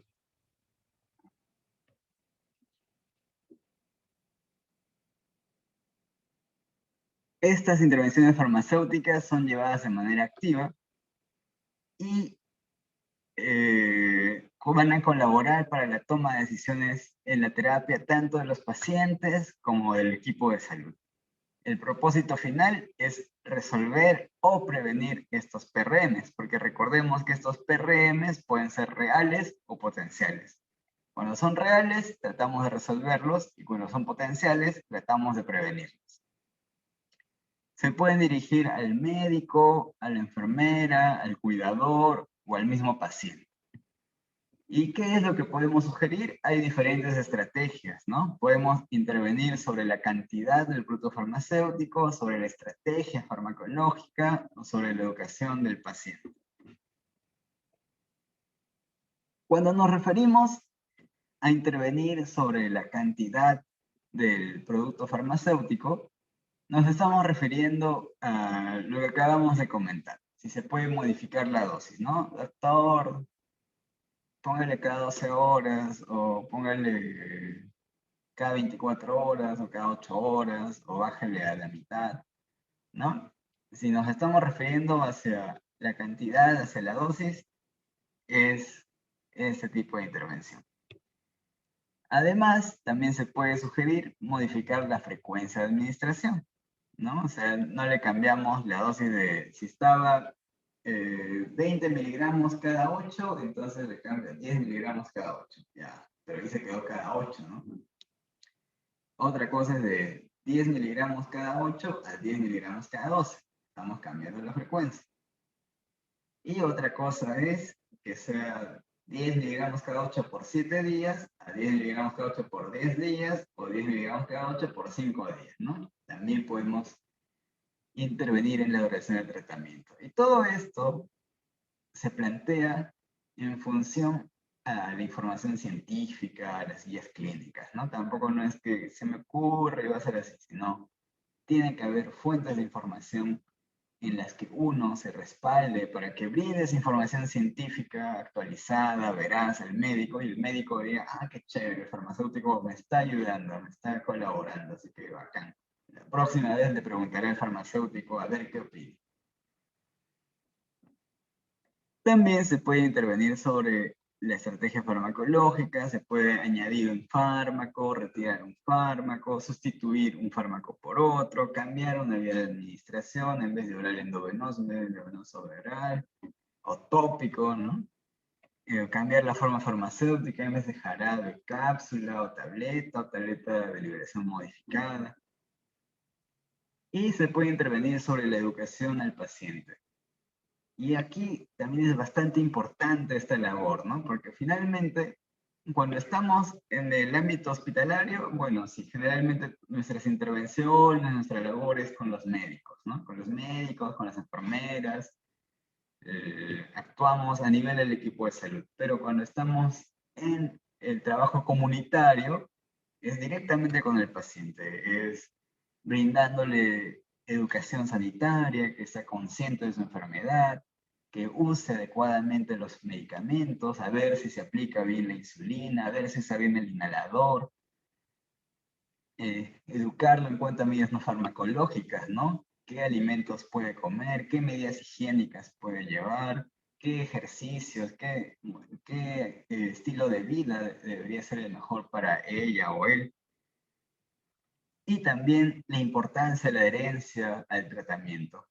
Y sobre todo en nuestros pacientes crónicos, ¿no? Diabéticos, hipertensos, trasplantados, oncológicos, personas que viven con VIH, tuberculosos, todos los que van a tener una terapia larga y necesitan tomar su medicamento todos los días, necesitan muchas veces que haya alguien ahí que les ayude con estrategias para que se acuerden, para que les avisen, para que les programen su celular, para que les manden mensajes de texto, para que conversen, ¿no? O sea, es un compromiso que el farmacéutico asume con sus pacientes.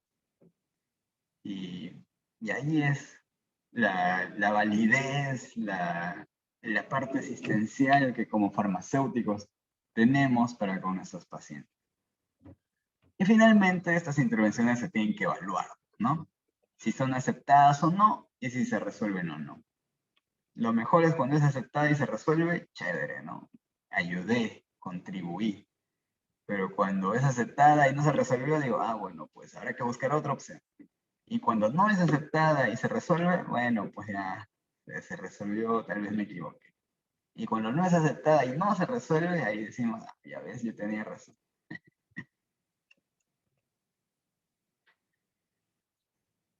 En este proceso del seguimiento farmacoterapéutico hay varios métodos.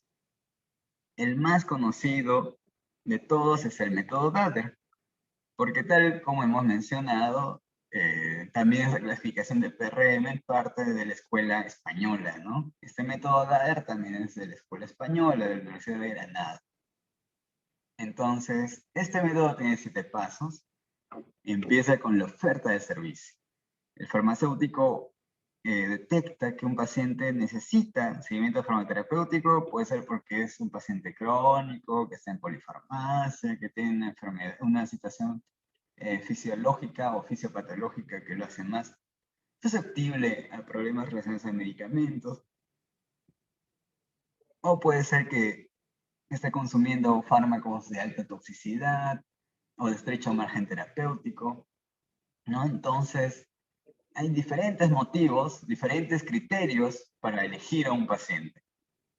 Una vez que elige el paciente, se le ofrece el servicio. Se le dice, señora, señor, señorita joven, en la farmacia aquí estamos ofreciendo ese servicio de seguimiento farmacoterapéutico, le invitamos a que sea parte. Si usted acepta, vamos a poder conversar con usted, establecer un horario para una entrevista, para poder ver los medicamentos que usted toma, sus pruebas de laboratorio, sus diagnósticos médicos, y de esa manera plantear soluciones para que pueda utilizar mejor sus medicamentos. El paciente ve si acepta o no acepta. Si no acepta, bueno, gracias, chao. Pero si acepta, se programa una entrevista. Generalmente aceptan, ¿no? Como hemos estado ahora en pandemia, no he podido hacer mi rotación de farmacia comunitaria, ¿no? Porque normalmente hacíamos rotación de farmacia comunitaria, íbamos a la farmacia institucional de Digemit y ahí con las personas les invitábamos a ser parte del programa de atención farmacéutica, de seguimiento farmacoterapéutico. Pero ahora por la pandemia no se pudo, así que lo que hicimos fue telefarmacia, llamadas telefónicas. Y así, ¿no? Primero, con criterios de selección, elegía una lista de pacientes y los llamé y les ofrecí el servicio. Algunos aceptaron, otros no, aproximadamente el 80% aceptó. Y bueno, ¿no? Ahí estuvimos conversando con los pacientes. Una experiencia bastante grata en realidad. Se programa la entrevista y se efectúa la entrevista. Entonces, el segundo paso es la entrevista farmacéutica. Es cuando el farmacéutico recopila toda la información del paciente, sus datos de salud, sus antecedentes de salud, sus diagnósticos, las pruebas de laboratorio, las pruebas de imágenes, los medicamentos, los prescritos, los automedicados, los suplementos nutricionales, las plantas medicinales, todo, todo, todo, todo. Mientras más información haya, mucho mejor. Luego de eso, va un estado de situación, donde el farmacéutico tiene que ordenar toda esa información, ¿no? ¿Cuáles son los diagnósticos? ¿Cuáles son los problemas de salud, los signos y síntomas? ¿Cuáles son los medicamentos? ¿Cuáles son los posibles efectos adversos? ¿Cuáles son los objetivos terapéuticos? Ahí, tener un panorama general ordenado de toda la información que recopiló. Luego va a la fase de estudio, porque uno no sabe todo de todo, pues, ¿no?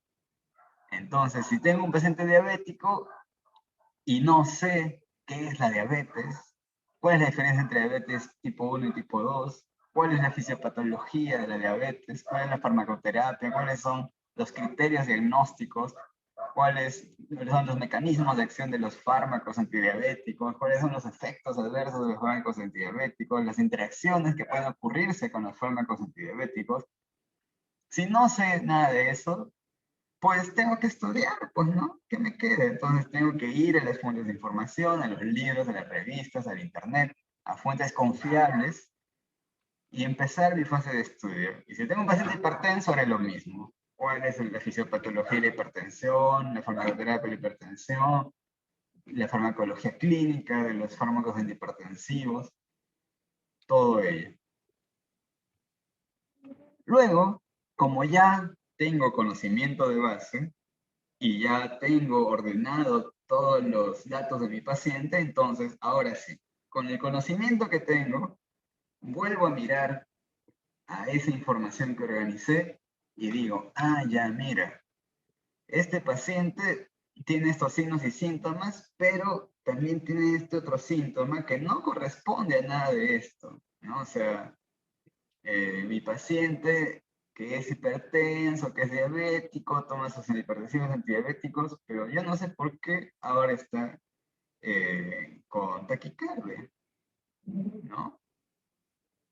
Y resulta que por ahí ha estado tomando moxifloxacin o levofloxacin, ¿no? ¿Ya? Levofloxacina, que el médico le recetó levofloxacina. Y digo, pero la taquicardia no se correlaciona con la hipertensión. La taquicardia no se correlaciona con la diabetes. La taquicardia no se correlaciona con la artritis. Entonces, si no se correlaciona con nada de ello, puede ser que sea un efecto adverso a estos otros fármacos, ¿no? Y veo el enalapril, me ocasiona taquicardia, no. La metformina me ocasiona taquicardia, no. La glicemia me ocasiona taquicardia, no. Los AINES me ocasiona taquicardia, puede ser, pero difícil.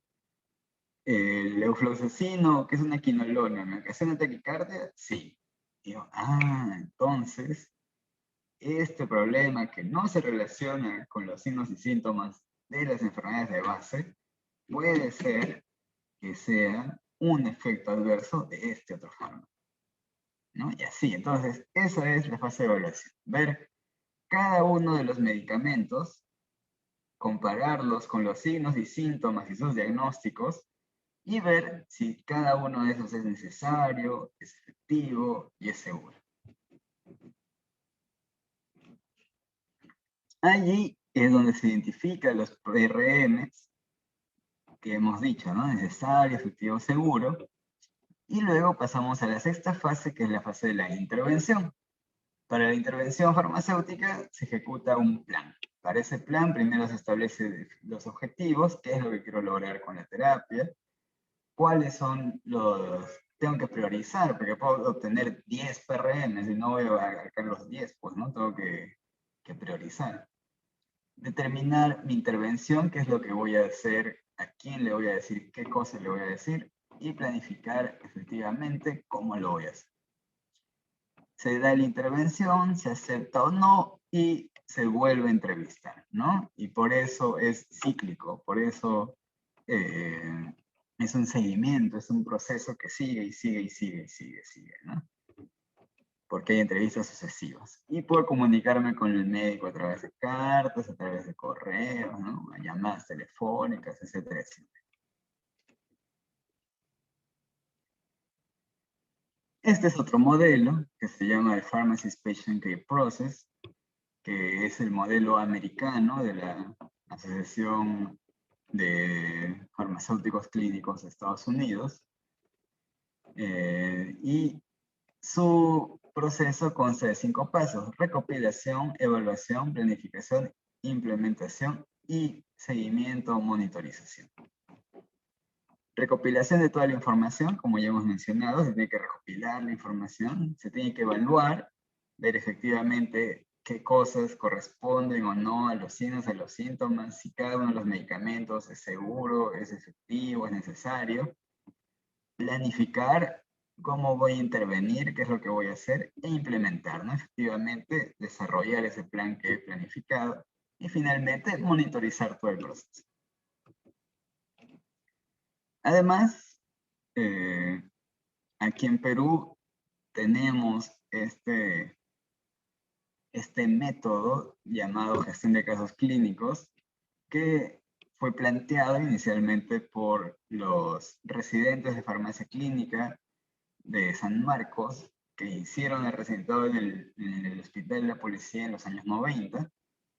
Ellos, en un consenso, plantearon este sistema de seguimiento farmacoterapéutico, que consta en su última versión de 4 pasos. Selección del paciente, qué criterios se tiene que emplear para elegir a un paciente, porque como les mencionaba, ¿no?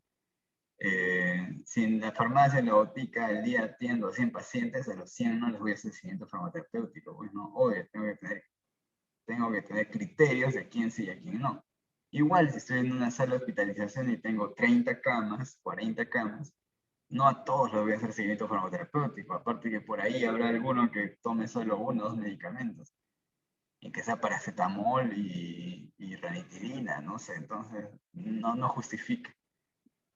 Así que debo de tener criterios de selección.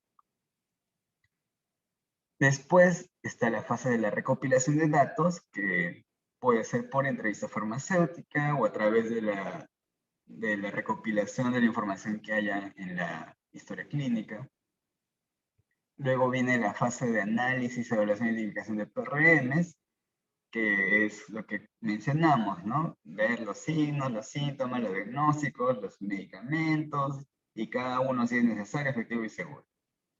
Y finalmente, plantear la intervención farmacéutica. Entonces, nosotros, en el Hospital Nacional Guillermo Almenara Irigoyen, hemos adaptado este sistema de gestión de casos clínicos, ¿no? Igual nos hemos quedado con los 4 pasos, pero además le hemos agregado la oferta de servicio. Esto es cuando es a pacientes ambulatorios, ¿no? Porque según DADER, en el hospitalizado usted tiene que ofertar el servicio al médico. Decirle, doctor, nos permite iniciar el seguimiento farmacoterapéutico a este paciente, y ya el médico dirá, ya, sí, no, no sé, ¿no? Pero nosotros de frente, no pedimos permiso a nadie, de frente seleccionamos a nuestro paciente y ya le hacemos seguimiento. A menos que sea ambulatorio, ¿no? Ahí sí, lógicamente, al paciente hay que preguntarle si desea ser parte. Para que podamos ejecutar este proceso de análisis, evaluación e identificación de PRMs, necesitamos emplear las estrategias de la medicina basada en evidencia. Y para ello, esta búsqueda de información utiliza una estrategia que se llama PICO. P de paciente, I de intervención, C de comparación, O de outcome, que es el resultado, ¿no? Y buscamos en bases de datos, en buscadores científicos, nos guiamos por las estrategias por la pirámide de la evidencia científica de Haynes, que nos indica que debemos ir primero por ensayos, por metaanálisis, revisiones sistemáticas, luego ensayos clínicos, luego estudios observacionales, luego reportes de casos, ¿no?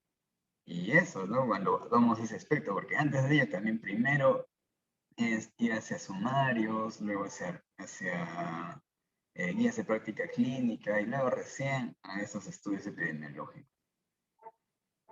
Entonces, es una etapa donde buscamos mucha información, no solamente sobre la enfermedad y la farmacoterapia, sino también sobre el abordaje integral del paciente.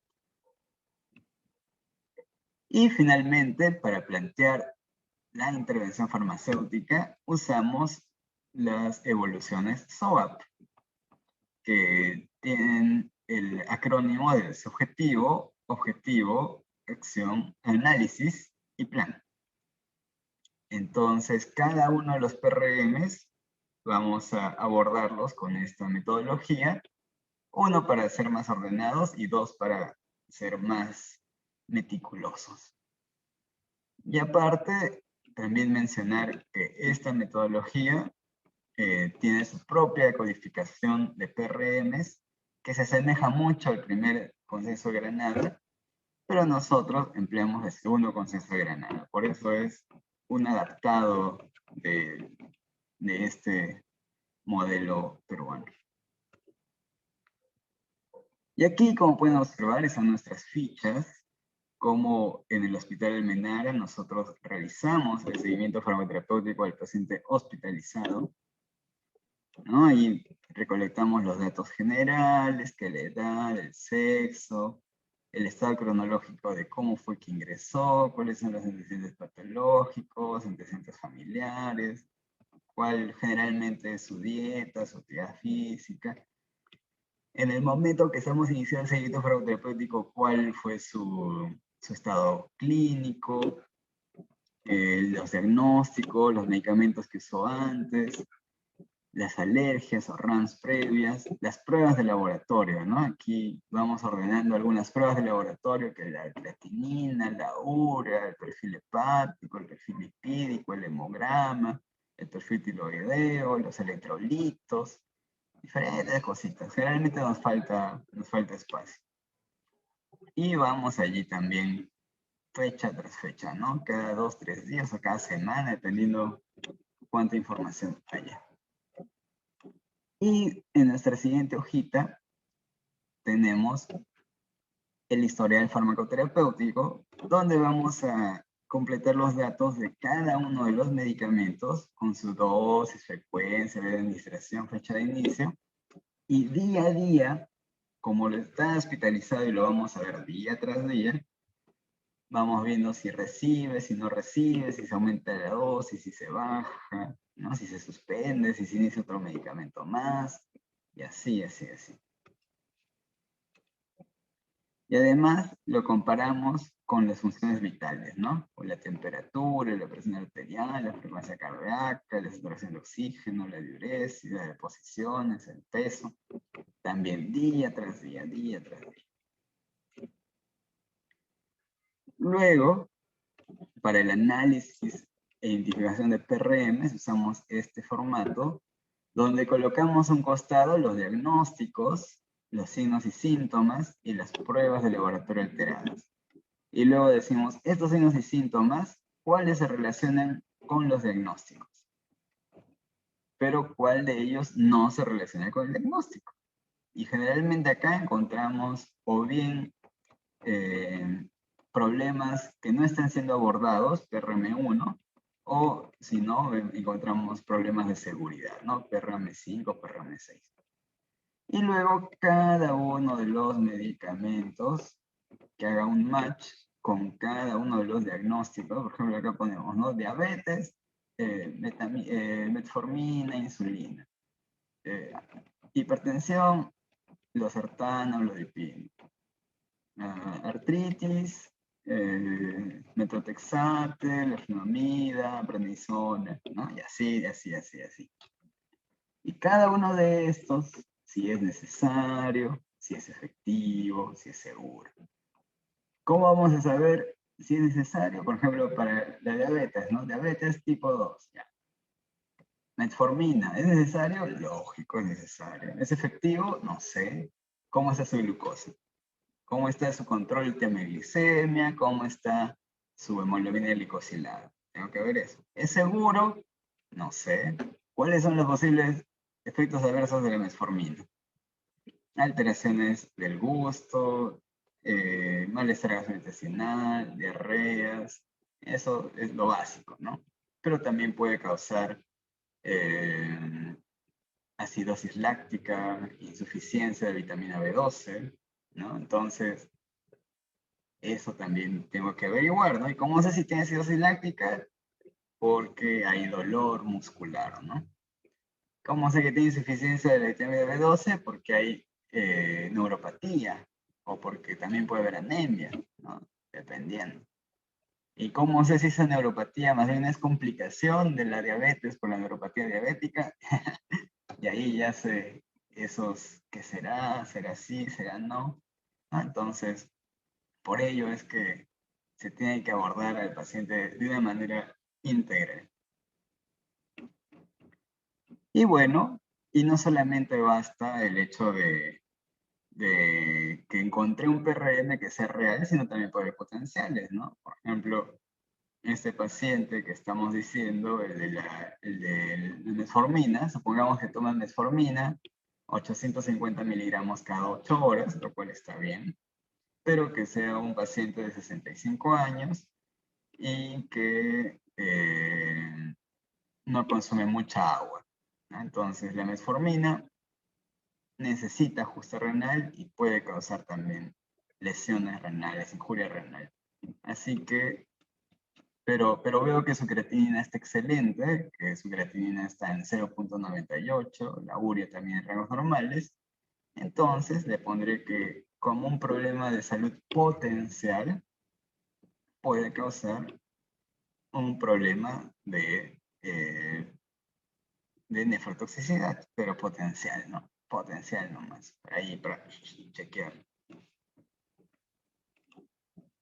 Y finalmente, bueno, no, todavía no finalmente. Y después tenemos este formato SOAP, donde aquí identificamos cada uno de los PRMs que hemos detectado en este cuadrito, priorizamos aquellos que sean reales o los potenciales que nos llamen más la atención, y cada uno de ellos los desarrollamos, ¿no? Subjetivo, objetivo, análisis y plan. Si queremos hablar de la hipertensión, por ejemplo, entonces, si por ejemplo decimos que el enalapril no está siendo efectivo, entonces en subjetivo será que el paciente refiere cefalea. Objetivo, presión arterial 190 sobre 100, ¿no? Análisis, paciente, mujer de 62 años, con hipertensión hace 20 años, en tratamiento con enalapril 10 miligramos cada 12 horas, se evidencia cefalea continua de 6 sobre 10, además presión arterial, última medición hoy en la mañana, 190 sobre 100, eh, se considera que no es efectivo el tratamiento hipertensivo con enalapril de 10 miligramos cada 12. Plan, se sugiere el médico agregar dosis a 20 miligramos cada 12 o aumentar amlodipino 5 miligramos cada 24 horas, ¿no? Y así es como se establecería una evolución de este tipo. Y bueno, luego está esta parte que se menciona respecto a la intervención farmacéutica, tal como vimos antes, ¿no? Que cuál es el tipo de estrategia que se puede emplear y hacia qué punto se va a abordar. Para finalizar, ya que nos quedan solo 5 minutos, para finalizar, ya de todo lo que hemos hablado, hemos visto que la farmacovigilancia nos orienta hacia las reacciones adversas a medicamentos, nos orienta hacia la seguridad de los fármacos. El seguimiento farmacoterapéutico nos orienta hacia la evaluación integral del paciente, ver toda la farmacoterapia respecto de la necesidad, la efectividad y la seguridad. Entonces, cuando nosotros abarcamos estos problemas de seguridad, sea porque ya partimos de una reacción adversa, o sea, porque estamos partiendo del seguimiento farmacoterapéutico, ambas se van a interrelacionarse, ¿no? Entonces, yo puedo partir de un Steven Johnson y le haré seguimiento farmacoterapéutico a ese Steven Johnson para ver cómo se soluciona y si no se complica y no hay mayores problemas. O si no, estoy haciéndole seguimiento a mi pacientito infectado que por el uso de fármacos puede hacerme una insuficiencia renal aguda o un problema de patologicidad y también lo llevaré hacia el análisis de farmacovigilancia. Entonces son dos actividades. La farmacovigilancia sí es multidisciplinaria, el seguimiento farmacoterapéutico es solamente el farmacéutico, pero son dos actividades que se relacionan, que pueden ir de la mano y que ambas nos posicionan como profesionales de salud en la asistencia a los pacientes en todo este tema de la seguridad de los fármacos y que a través de ella contribuimos a la seguridad de los pacientes y a la seguridad en general de la salud pública. Gracias. Ahora sí, a ver. Tatiana, Janet, Wilmer o Walter, ¿algún comentario, pregunta?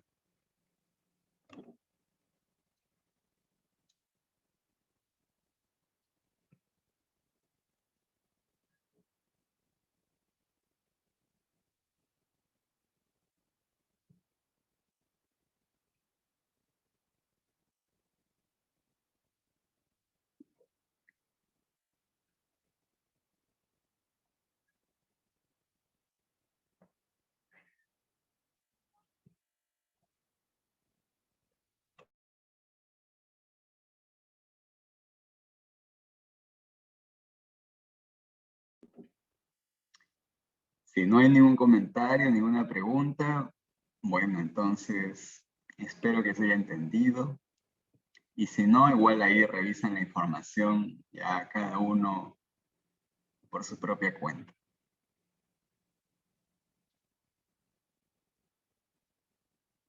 Bueno, entonces, si ya no hay nada más, estaremos dando fin a esta sesión.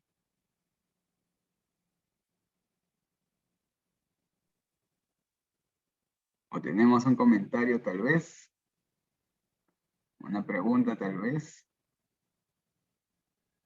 Buenas tardes. Hola. Sí, buenas tardes, ¿me escuchas? Sí, díganos, Atena.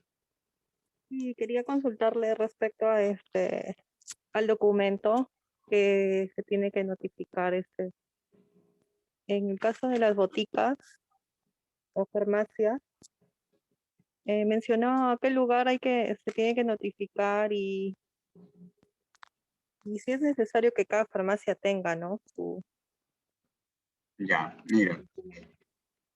La farmacovigilancia, como ya hemos mencionado, por ley, artículo 36 de la ley 2459 de la ley de productos farmacéuticos, de biomédicos y productos sanitarios, indica que es obligación del profesional de salud y de los establecimientos de salud reportar las reacciones adversas a medicamentos.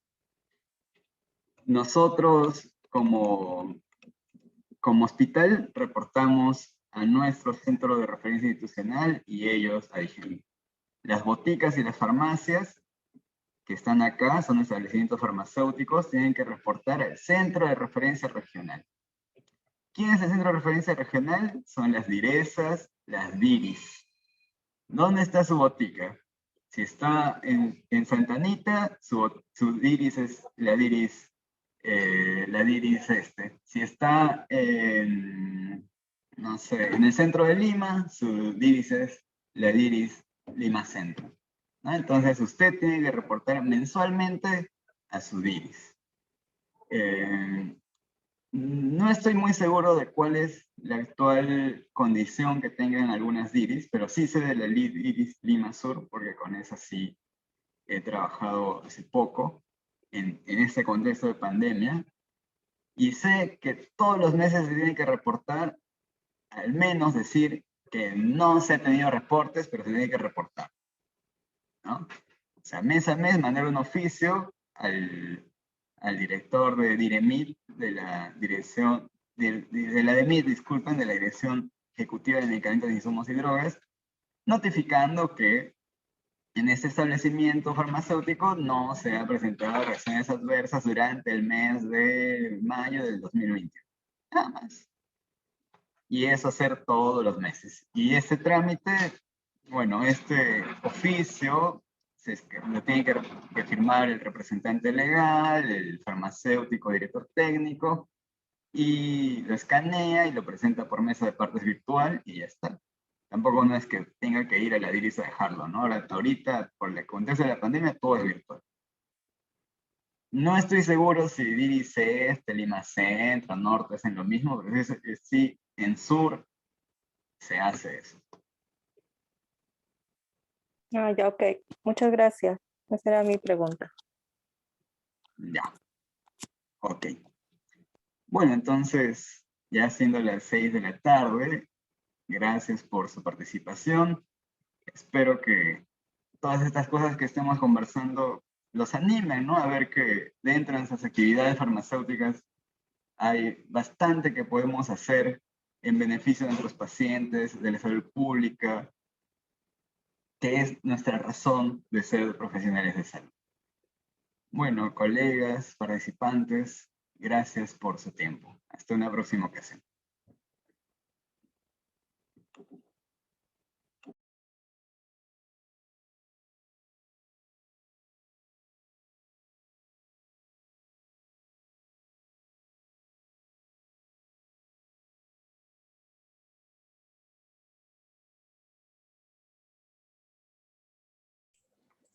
Muchas gracias a todos los participantes. Ha finalizado el curso. ¿Alguna duda o consulta? Pueden comunicarse a través del WhatsApp. Gracias a todos.